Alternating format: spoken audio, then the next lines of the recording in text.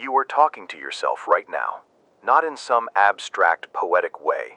Right now, this very second, words are moving through your mind, shaping the tone of your day, steering tiny decisions, building the road you walk on. If you want to change what your life looks like, start by changing what you say to yourself. This is not a soft suggestion. This is a challenge. The voice inside you either makes you smaller or it builds you into something bigger than your fears. Choose which one it will be. Listen closely. The inner voice is the most efficient engine of human change. It operates quietly, beneath the radar of most people, and yet it does more work than any plan, any routine, any single habit. Why? Because your inner words are the operating system of your behavior. They decide what you notice, how you interpret setbacks, who you become when pressure hits. So when your inner critic whispers, "You can't," when it plays the tape of "not good enough," that whisper is a command. It programs your attention away from possibility and toward exit. But when the voice tells you, in small, clear sentences, "Figure it out, start now, learn from this," everything shifts. You think success is a ladder of external wins, a title, money, admiration. That's the surface story. The deeper truth is that achievement grows from an inner climate. The people you admire, the ones who take consistent steps into difficult territory, they do not have perfect conditions. They have an inner dialogue that refuses to accept excuses. Earl Nightingale distilled it plainly when he said, "We become what we think about." Say it again in your head. You become what you think about. If your thoughts are petty, your life will be petty. If your thoughts are generous and bold, your life learns to match that scale. Right now, pause and take inventory. What was the first sentence you heard this morning from your own mouth? Maybe it was neutral. "I need coffee." Maybe it was heavy. "Today is going to be a disaster." Maybe it was hopeful. "Today I'm going to make progress." That first sentence is important because it sets a frame. Frames are powerful. They orient perception. A small deliberate tweak in your internal frame creates a cascade. Attention follows language. Emotion tightens to fit the words, and action aligns accordingly. This is the secret weapon you rarely see in self-help headlines. Language is the smallest unit of influence and the most reliable shaper of destiny. Let me give you a practical image. Imagine your mind is a garden and your words are seeds. If you sow complaints, doubt, and blame, your garden will grow weeds, distraction, hesitation, a tendency to give up. If you plant questions like, "How can I learn from this?" and claims like, "I will get better," you cultivate resilience and skill. Which garden would you rather tend? Which one are you tending right now without noticing? We must speak with precision. Too many people use catastrophic language as if it were inevitable. "I always fail. I never get it right. I'm terrible at." Those words are bullets you fire into your future. The brain hears "always" and "never" as commands.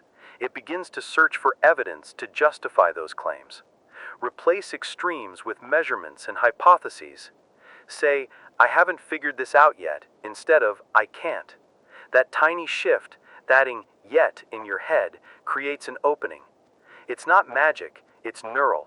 Your brain is a problem-solving machine, and it will look for solutions to the questions you give it.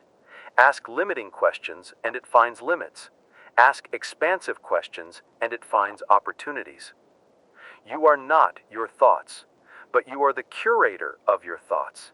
There is a huge difference between automatic mental noise and deliberate inner speech. The former runs on habit and bias. The latter is creative and chosen. Most people mistake the noise for truth. You must learn to be the editor. Listen to the tone of your inner sentences. Are they accusatory, defensive, lazy? Or are they probing, disciplined, kind? The best inner dialogue is neither harsh nor indulgent. It's rigorous and compassionate. It tells you what needs to be done and refuses to let the drama of identity turn every mistake into catastrophe. Now let me expose the mechanism so you can use it like a tool. Words lead to thoughts. Thoughts feed emotion. Emotion drives behavior. Behavior creates results. It's a loop. Break one link, and you break the cycle of failure. Strengthen one link, and you turbocharge the loop toward success. For example, you say to yourself, I am not a morning person. Thought, mornings are hard. Emotion, dread. Behavior, you hit snooze. Result, you miss momentum and feel shame. Reverse that chain. Say, I choose my mornings. Thought, I have agency. Emotion, curiosity. Behavior, you rise 10 minutes earlier and do one meaningful thing. Result, momentum. It cascades. Don't wait for confidence to feel capable. Confidence is often a byproduct of action, not a prerequisite. Tell yourself the words that make action possible, not empty affirmations that float like hot air, but specific, achievable claims. I will complete this first 30 minutes of focused work, or I will send that message, or I will read one chapter. Small wins become fuel. The inner voice that celebrates small competence, good, you did that, builds a track record in your mind. The track record is what we call belief. Napoleon Hill taught that belief is the fertilizer of achievement. Without it, potential withers. So plant small proof in the soil of your day and watch belief grow. Let's confront the saboteur. The inner saboteur loves drama. It pretends to be protecting you from failure by arguing for safety and sameness.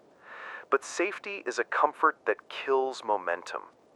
When the voice says, play it safe, answer back with language that reclaims options. What is the smallest step that moves me forward? Or, what does failure teach me here? These are not cute mantras, they are redirecting devices. They change the question your brain is trying to answer. Your brain is obedient to the questions it receives. If the question is, how do I avoid risk? The brain will build elaborate escape plans. If the question is, how do I test and learn fast? The brain becomes resourceful. You must also notice the grammar of your internal speech. Who is the subject? Is the sentence, I failed, or this attempt failed? Tiny grammatical shifts reduce identity fusion with outcomes. If you say, I failed, the failure is you. If you say, this attempt failed, the failure is an event you can learn from. Replace identity statements with process statements. Swap, I am broken for, this didn't work. What's the next step? Identity traps are sticky. They calcify potential. Process language keeps you fluid. Let me give you a short exercise to anchor this part. For the next hour, whenever you hear a self-sentence, write it down or say it out loud. No judgment. Just collect the lines your mind says. After the hour, read them. Notice themes. Are they fearful, reactive, or courageous? Then pick one recurring limiting sentence and rephrase it into a question or a process statement. If the recurring line is, I can't do public speaking, reframe to, how can I deliver a clear message to this audience? If it's, I'm too unskilled, change it to, what skill can I practice right now that moves the needle? Use that rephrased line as a mantra for your next action. Finally, for this section, understand that internal language is not a fixed trait. It is a skill. You can learn to speak to yourself in productive ways the same way you learn to use tools. The most undervalued training in life is training your inner voice. Public speaking classes help you project outward. This training helps you project inward. Both are practice, and you will not be perfect at first. No master was. But the people who master their inner conversation experience a compound effect that is both quiet and massive. Their lives are smaller wars won daily. They choose in small ways every day to be courageous. So here's the immediate directive. From this moment, catch one negative inner sentence and change it into a question that opens doors. Use that question to guide one action in the next hour. Do not grandly vow to overhaul everything. Start with one sentence. That single, chosen reframe is a hinge. Open it and watch the door swing. Next, we will dig deeper into the way repetition forms belief, how to script a powerful inner narrative, and the specific phrases that shift outcomes in high-pressure moments. For now, practice catching the voice, testing its claims, and giving it a better script to read from. This is the beginning of a language that serves you, not the other way around. Part 2. You heard the foundation, now it's time to change the engine. This part is about turning those words into habits, bending your own beliefs toward possibility, and training the inner voice to be an ally. Changing your inner dialogue isn't spiritual fluff, it's neurological work. Repetition rewires pathways. Thought patterns that repeat become default settings. So if you want a different operating system, you have to rewrite the code and run it often enough that the hardware, your brain, accepts the update. First, identify the belief lines that run on autopilot. These are not single words, they're short scripts. I'm not cut out for this. I'll never be respected. I don't deserve more. They sound believable because they've been played for years. That's the problem. Not truth, just frequency. Belief is not proven by truth, it's proven by repetition and emotion. Your job is to catch the script, test it, and replace it with a line that moves you forward. Don't try to manufacture boldness out of thin air. Manufacture tiny evidence for a new script. Say, I can learn the skills I need, and then spend 5 minutes doing one relevant practice. The brain logs the action as data. Belief updates. Next, consider the architecture of your internal dialogue. It has roles. There's the critic who points out danger, the coach who guides, the historian who catalogs failures, and the scout who scouts possibilities. Most people let the critic run the meeting. You must change the seating plan. Give the coach the microphone. When the critic types up, "This is too risky," the coach replies with a question. What's the smallest test we can run to learn more? That question reframes the risk into an experiment. Experiments reduce fear because failure becomes feedback, not identity. Fear deserves a closer look. Fear is a biological alarm, helpful when you face an actual predator, harmful when it decides whether you should write that email or pitch your idea. Fear's preferred language is absolute.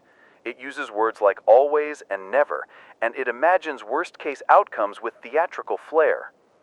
Confront fear with precise language. What exactly am I afraid will happen, and how likely is that? Break the scenario into pieces. The mind that can answer specifics loses the tendency to catastrophize. Write the worst plausible outcome, then plan a contingency for it. Suddenly, fear is manageable. It becomes a problem with steps, not a storm with no exit. Now let's talk about decisiveness and initiative, the muscle that shows up when the inner voice says do it instead of think about it.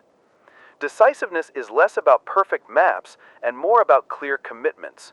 Say aloud, I commit to X for Y minutes. Commitments anchor action. They tell your inner voice to stop negotiating and start executing. If the voice argues, you have a rule. If I committed, I act for the time I promised. No renegotiation. This trains your mind to trust decisions rather than over-examine them. Over time, that trust becomes a habit of action rather than paralysis by analysis. Discipline is another word that gets a bad rap. People imagine discipline as harsh self-denial. That's a misunderstanding. Discipline is simply choosing what matters more than what feels good in the moment. It's sculpted by language. Instead of I have to, say I choose to. When you say I choose to, you transfer agency to yourself. A chosen sacrifice doesn't erode morale, it builds identity. You are not a victim of obligations, you are an architect of priorities. Repeat that phrase until it sounds natural. I choose to do this now because it builds the life I want. Concentration and attention are the currencies of achievement. Your inner dialogue must learn to guard them. Every time you switch tasks, your brain pays a cost. The internal voice that says, "One more scroll," taxes your focus account. Use strict internal language to defend focus. I will focus for 25 minutes, then I will rest. Use the voice as a sentinel. Your inner dialogue is not just for motivation, it's for boundary enforcement. Teach it to shut down distraction with a short declarative sentence, "Not now." That two-word line saves hours of wasted friction every week. Procrastination is a behavior dressed as a choice. It's often fueled by an inner script that exaggerates difficulty or undervalues progress. To hack procrastination, change the question you ask yourself. Instead of, "How do I get this perfect?" ask, "What one small version can I finish in 20 minutes?" Perfectionism is a procrastination engine. The inner voice that demands perfect conditions is lying to you. Replace its monologue with a practical prompt. Ship something small. Once you ship small, momentum begins. Momentum eats resistance for breakfast. Self-motivation lives inside your language, not outside in motivational quotes. External inspiration fades, internal rules endure. Write your own operating statements and put them where you'll see them. Not cheap cliches, but short operational lines you can actually act on. Start before you feel ready. Collect proof, not permission. Fail forward. Read them when you need direction. Over time, the phrases become reflexive. They cue action before the critic can build an argument. How do you change core beliefs? Through ritualized repetition and evidence. Create micro-rituals that reinforce the new story. If you want to be someone who finishes what they start, create a ritual. Each morning, choose one task and complete it before all others. Speak the line, "I finish first, then I begin." Do it publicly if possible. Make small commitments you must deliver. Public commitments force your inner voice to align with your social reality. The cognitive dissonance between what you say publicly and what you do privately is powerful motivation to change internal script. Let's embed resilience. Resilience is not being unhurt, it's being unbroken by setbacks. Your inner dialogue must normalize failure as information. Replace shame-laden phrases like "I messed up" with learning phrases. "That result shows me X, next time I will try Y." This keeps the emotional charge low and the curiosity high. Curiosity is a far better trainer than shame. The voice that asks, "What can I learn?" converts pain into progress automatically. You must also practice narrative control. Humans are story-making machines. If you let a single failure narrate your identity, the story hardens. Don't allow one chapter to define the whole book. Rehearse alternative narratives. "This was a detour, not the destination." Or, "This mistake is a stepping stone." Language shapes narrative arcs. Choose language that implies continuation and growth. That way, your inner voice writes sequels, not eulogies. Finally, endurance comes from combining language with structure. Words without systems leak away. Pair your inner phrases with external scaffolding. Timers, checklists, public accountability, small rewards. When persistence collides with an external nudge, it sticks. The inner voice will thank you for making commitments easy to keep. Here's a practical drill to close this segment. For the next week, pick 3 internal scripts you want to change. Write each as a short declarative sentence that describes the behavior you want, not a vague aspiration. For each sentence, create one micro-ritual that proves the sentence true at least once a day. Speak the sentence aloud before the ritual and after it. Record the result. That repetition is the rehearsal that converts language into belief. You are not merely a passive recipient of thought. You are the writer, director, and actor in the movie of your life. The inner voice is the script. Edit ruthlessly. Direct with intent. Rehearse until your words start making you act differently. When your language shifts, everything else eventually follows. In the next part, we'll design exact phrases and scripts for high-pressure moments, for rebuilding confidence after a setback, and for charging long-term projects with consistent inner momentum. Keep the momentum. Keep speaking. Keep testing. Part 3. You might think the inner voice is private, locked behind your skull, but it runs the show the moment you step into any room. The way you speak to yourself before, during, and after interactions determines whether you connect, influence, and hold space for others, or whether you shrink and stumble. Social skill is not a surface trick. It's the outer expression of an inner conversation that is calm, clear, and purposeful. If you want people to listen, to trust, to follow, start by rewriting the script that plays when you face them. Before you speak, what you tell yourself matters more than the words you plan to say. A tight, anxious inner sentence like, "Don't mess up," is a fog machine for hands and voice. It narrows your presence, makes your sentences shorter, and hands the floor to the person who speaks louder. Swap that sentence with something that expands your nervous system. "I have something useful to offer," or "I will listen first, then respond." That tiny swap changes posture, breathing, and tone. Presence follows language. Listening is the highest leverage social skill, and your inner dialogue is its manager. Most people listen to respond. Your inner voice is rehearsing what it will say next while the other person finishes their sentence. Train a new inner line. "I'm listening to understand." Make that the default.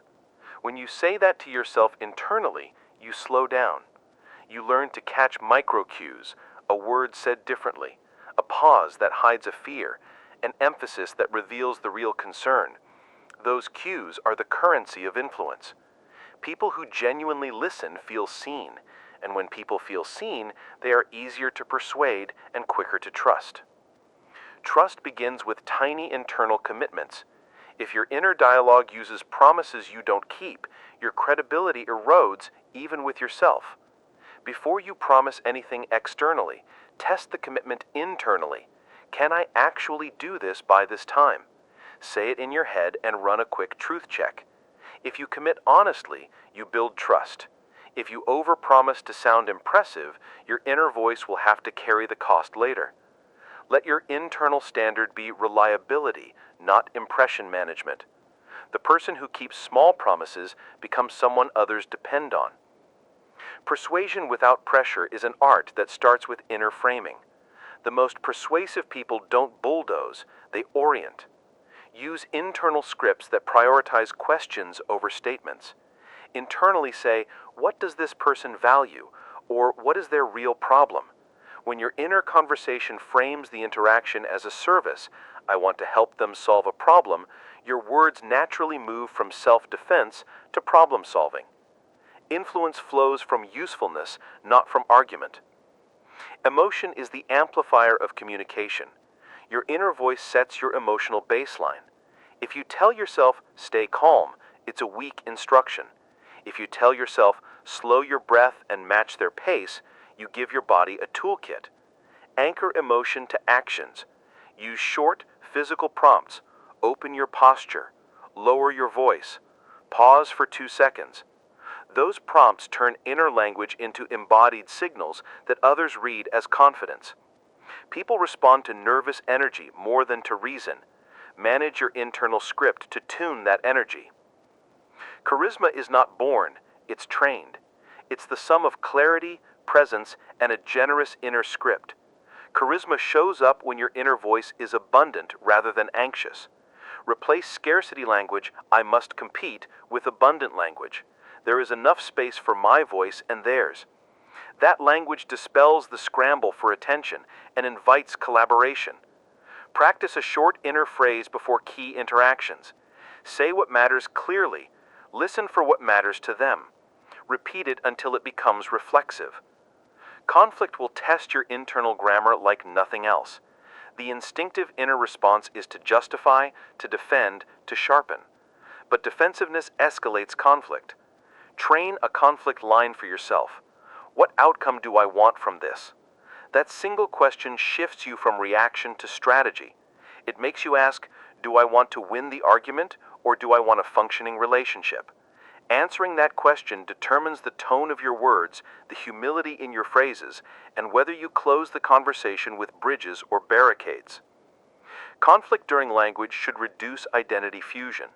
Don't let your inner script say, "They attacked me," or "I was embarrassed." Replace it with process language. "This is a disagreement about X," or "This reaction tells me there's a need unmet." Grammatically detach. Name the event, not the person. That protects your ability to be curious. Curiosity is the most lethal antidote to escalation. An internal sentence like, "I'm curious about where they're coming from," lowers the stakes and invites solutions. Emotional intelligence is practice for the inner voice. It notices, it names, it chooses. Teach your inner dialogue to map emotions without judgment. When you feel anger, practice saying, "Anger is here." It signals a boundary. When you feel shame, "Shame is here." It points to vulnerability. Labeling emotions discharges their charge and buys you space to respond rather than react. This small internal habit transforms heated interactions into manageable conversations. Confidence in social settings grows from small, actionable rehearsals. Script short, precise openers. For example, "I'm curious about your work. Tell me what's been most exciting." Or, "I noticed X. How did you approach that?" These lines invite others in, but the power is in how you say them and how your inner voice prepares you to say them. Before you walk into a room, practice a 2-sentence inner warm-up. "I'll introduce myself with clarity. I'll ask one great question." That warm-up reduces noise and primes you for meaningful connection. Leadership is the public expression of a disciplined inner dialogue. Leaders speak frames, not facts. They say sentences that orient teams. "We will focus on what moves the needle this month," or "We are committed to experimenting fast." Your internal leader line must be simple and repeatable. When you rehearse leadership phrases inwardly, you become a walking frame. People follow frames more than instructions. Frames create the mental map that aligns action. Charisma and influence aside, social courage is about being willing to be imperfect. Your inner voice often acts like an editor that censors any risky authenticity. Replace censoring lines with permission lines. "I can be honest and still learn," or "It's okay to start smaller than my ambition." That permission allows you to speak with warmth and vulnerability, the combination that draws people in more than flawless polish ever could. There are tactical phrases you can use to steer conversations in real time. Practice these internally first, then use them aloud. "Tell me more about that." "Help me understand." "What matters most here?" When you rehearse them inwardly, saying them out loud becomes effortless. They are short social scaffolds that keep the exchange constructive. The inner voice that cues these questions will save you from the trap of trying to prove yourself. Now, a short practice to embed this module. For the next 3 interactions you have, a meeting, a call, or a casual conversation, use a pre-interaction script, 2 sentences maximum. 1 sentence to set intention. "I will listen to understand."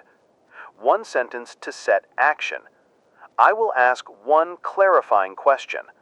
Say those sentences internally before you speak. After the interaction, journal 2 lines. What did you hear, and what did you say differently because of your inner script?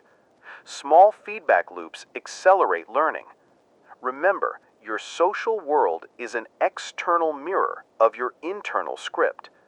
If your inner voice is timid, your relationships will carry that hush. If it is generous and clear, people will mirror that generosity. Change the voice inside, and the room responds. Influence without coercion begins with inner generosity, the steady, calm assurance that you are here to contribute, not to conquer. Say that to yourself until it's true. Next, we'll design exact scripts for high-pressure moments, pitches, difficult conversations, and public speaking, plus a toolkit of 2-line warm-ups that you can use before any interaction to flip the whole exchange in your favor. Keep practicing. Speak kindly, speak boldly, and let your inner voice be the best ally you've ever had. Part 4. Now we move from rewiring to real-world application. Thought without execution is theater. Execution without thought is chaos. This part is about turning the inner dialogue into a practical system that produces results in your career, business, relationships, money, and creative work. Think of your inner voice as an engine and the tools we build as gears that translate whisper into movement. The goal is not to be busy, the goal is to produce value with relentless clarity. Start with planning that respects your inner language. Most plans fail because the voice that follows them is weak, vague, or conflicted. Instead of grand declarations you don't intend to keep, make micro-commitments that your inner voice can actually own. A micro-commitment is specific, time-bound, and inspectable. I will draft the proposal for 45 minutes starting at 10 a.m. Not, I will work on the proposal today. When you phrase commitments this way in your head, and say them out loud if you must, your inner voice stops negotiating and starts executing. Words that are small and precise drive momentum. Words that are large and fuzzy produce guilt. Work in blocks. The human brain does not multitask, it serially focuses. Your inner voice must become a guardian of focus. Use a simple internal script. Start now, focus for 50 minutes, then rest 10. That sentence becomes a contract you give to yourself. The ritual of stating it concentrates attention and reduces friction. Track results, not effort. The inner chatter that praises hours instead of outcomes is a slow drain. Replace I worked long with I shipped X. Results teach your voice what language produces payoff. Financial mindset is primarily linguistic. The scarcity voice says, I can't afford that, and it narrows possibilities. The abundance voice asks, how can I create value that justifies this expense? Shift the grammar. Turn I can't into I will find a way, but back it with an action plan. Language alone is not enough. Belief must be matched with steps. If you want money to grow, your inner voice asks market-focused questions. Who needs this? How will they pay? What's the smallest offer I can make that solves a real problem? Those questions steer creative energy toward viable products. Napoleon Hill taught that desire backed by a plan and persistent thought becomes reality. That doesn't mean wishful thinking, it means focused language plus relentless iteration. Productivity is not more tools, it's better words. The most effective people design simple rules that their inner voice enforces.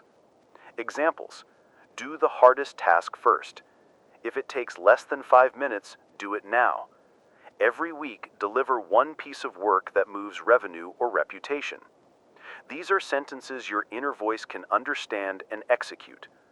Reduce decision fatigue by making the first layer of choices automatic.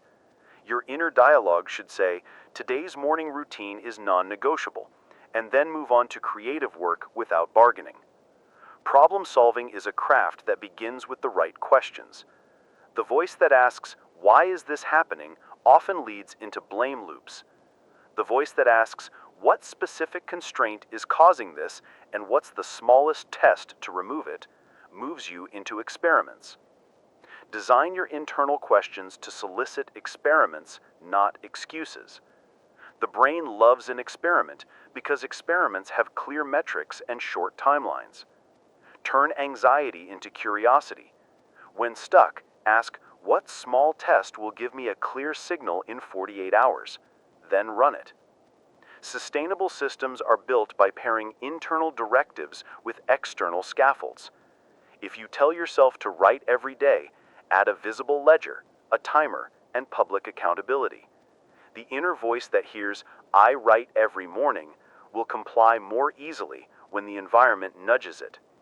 Systems make language sticky. Habit stacking, attaching a new behavior to an existing one, is a way to ensure your inner directions get followed. After I make coffee, I will write 300 words. Saying the stack in your mind, coffee, then writing, is the instruction that reduces willpower cost. Entrepreneurial thinking is an inner stance. It's the voice that says, "Where there's scarcity, I see unmet demand," not "this market is saturated." That stance is not blind optimism, it's attentional choice. Entrepreneurs hunt for friction points and ask value-oriented questions. Who would pay to avoid this pain? Your internal dialogue should be transactional and curious. Find one person who would try this for a fee. Then go do it. Start with small offers, then scale. The inner voice that experiences repeated customer feedback becomes tuned to what actually sells, not what sounds clever in isolation. Create opportunity by practicing generosity. The voice that thinks only of taking closes doors. The voice that looks to add value opens them. Small acts of help, a warm introduction, a useful resource, a brief tutorial, create social equity you can draw from later. Your inner narration should celebrate contribution, not constant accumulation. Say, "Today I will make one connection stronger." That sentence primes behaviors that compound faster than any isolated hustle. Doing more with less is a language game about constraints. The inner voice that loves constraints says, "What can I do with X hours and Y dollars to produce the biggest outcome?" Constraint-driven thinking breeds creativity. Limitations force you to simplify and find leverage. Train your inner voice to welcome constraints as design prompts. Given X, what is the simplest path to proof? That voice will invent elegant solutions. Focus on value, not vanity metrics. The voice that chases likes, followers, or busy work misses durable outcomes. Teach your inner dialogue to ask, "Does this action create value for someone who will pay or refer others?" If the answer is no, deprioritize it. That filter saves enormous time and preserves your creative energy for tasks that matter. The discipline to say no is an inner skill. Rehearse it in short scripts. Not now. Focus on value. Decision-making under pressure is where the inner voice earns its keep. Tighten your language to orders, not questions. Decide and commit.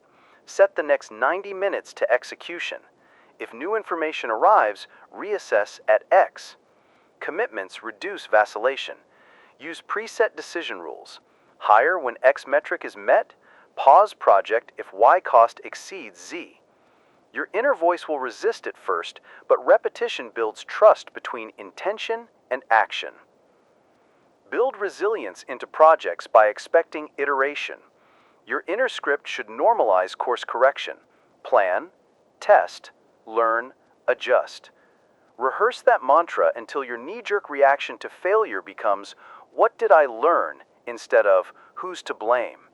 The faster you convert failure into a lesson, the quicker your compounding interest accumulates. Long-term success is less about genius and more about iteration velocity. Create rituals for focus and renewal. Energy management is as important as time management. The voice that respects energy says, "I will protect my sleep, movement, and boundaries." That line sounds uncool in hustle culture, but it's the backbone of high output. Schedule deep focus blocks and short active breaks. Use simple internal prompts. Move now, refuel now, unplug at X. Your inner voice will enforce these boundaries when you make them non-negotiable sentences in your head. Finally, Craft a short operational creed you can repeat every morning. 5 to 7 words that capture action and identity. Make it concrete. Ship small, learn fast, serve generously. Repeat it aloud. Let that sentence be the first voice you hear each day. It will shape priorities, protect your attention, and calibrate your decisions. Identity follows behavior, and behavior follows language. Here's a closing assignment for this part. For the next 2 weeks, pick one business or career goal. Write a single sentence micro commitment for that goal. Create one micro ritual you will perform daily and set one public checkpoint you must report to. Say the micro commitment aloud each morning and again before you act. Track small outcomes and adjust your internal phrasing when results require refinement. This is where inner voice becomes business engine. Words become habits, habits become systems, systems produce results. Use your language to create leverage, sharpen attention, and build value. Next, in the final part, we'll tie everything together: longevity, balance, relationships, and building a life that reflects the voice you choose. Keep building, keep testing, and keep speaking the sentences that move you forward. Part 5. This is the part where everything comes together. You've learned about catching the voice, rewiring beliefs, using language to connect with others, and converting words into systems that produce results. Now we build a life that can sustain that momentum, long term, without burning out, without losing who you are.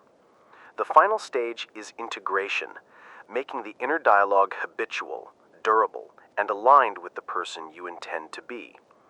This is where strategy meets character. First, accept one simple truth: consistency beats intensity. A powerful inner voice does not shout in bursts and disappear. It speaks steadily, in rhythms. Your job is to build rhythms that keep the voice sharp and honest. That means rituals for work, rituals for rest, rituals for reflection. Rituals protect your attention and train your inner language to be predictable and reliable. They turn inspiration into daily competence. Pick a few rituals you can keep for years, not just weeks. Keep them small, sacred, and non-negotiable. These rituals are like the spine of your life. They hold everything upright. Energy management is a moral obligation to your future self. The seductive inner script that praises relentless hustle will eventually betray you. Replace it with a voice that honors recovery as fuel for performance. I will protect sleep, move my body, and take structured rest. Say that sentence until it sits in your nervous system. The people who do great work for decades design their days to refill, not to drain. Your inner dialogue must become a steward. It nudges you to pause when you need clarity and pushes you to act when you need progress. Balance is not softness, it is strategy. Learning is a lifelong habit, not a weekend sprint. Your inner voice should constantly ask, what did the last experience teach me, and what will I try next? Adopt a practice of weekly reflection: 5 minutes to note wins, 5 minutes to note questions, 5 minutes to pick one experiment for the next period. This short discipline rewires memory into learning. It trains your internal narrator to favor curiosity over rumination. The more you convert experience into evidence, the less you rely on mood to make decisions. Relationships are the most literal manifestation of your inner script. If your private voice is harsh, your relationships will carry the echoes. If your inner dialogue is generous and clear, other people will feel invited. Practice speaking to yourself the kind of language you want reflected back from your closest people. Model kindness inwardly, and you will attract people who model it outwardly. Make your internal sentences about reliability and presence. I show up for the people who matter. And then act. Small, consistent acts of presence compound into a life of rich relationships. Create an environment that helps the voice you want. Your inner dialogue is fragile when the external world is noisy and chaotic. Declutter your space, reduce digital noise, and surround yourself with cues that reinforce your commitments. If you want to write, make a corner of your home a writing altar. If you want to be focused, create a work zone that says, "This is for deep work." The outer setup whispers into your inner voice all day long. Design it intentionally so the whisper supports the louder directives in your head. Community accelerates growth. You need a few people who will tell you the truth, not just cheer politely. Your inner voice benefits from honest mirrors. Find mentors, peers, or a small group that pushes you, holds you accountable, and reflects where your internal script is still weak. The pressure of being seen externally forces your internal voice to level up. It's not about public performance, it's about alignment. When your inner words match your public promises, confidence grows like compound interest. Let's talk about endurance and identity. Identity is the long-term operating system you choose for yourself. It's built from many small narrative choices. The sentences you repeat, the rituals you honor, the promises you keep. Instead of saying, "I want to be successful," say, "I am the kind of person who finishes what they start, learns quickly, and serves others." Speak your identity in present tense language. Identity statements are less fragile than goals because they orient every action you take. Your inner voice will start policing small behaviors that don't match your chosen identity. That's the point. Make the identity useful, not aspirational fluff. Failure will still happen. It will be messy and sometimes unfair. Your inner voice must be ready with a replay button that converts setbacks into curriculum, not catastrophes. When things go south, your first sentences should be about data, not blame. What happened? What is provable? What is the smallest adjustment that could improve this? This language keeps the brain in problem-solving mode and out of drama. Also practice radical acceptance.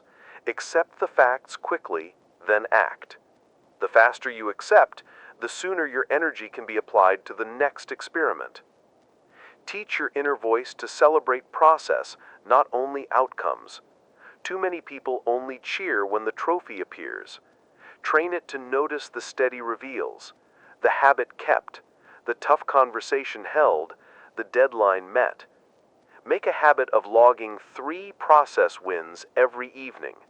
Over time, those small celebrations recalibrate your reward system so that effort becomes its own currency.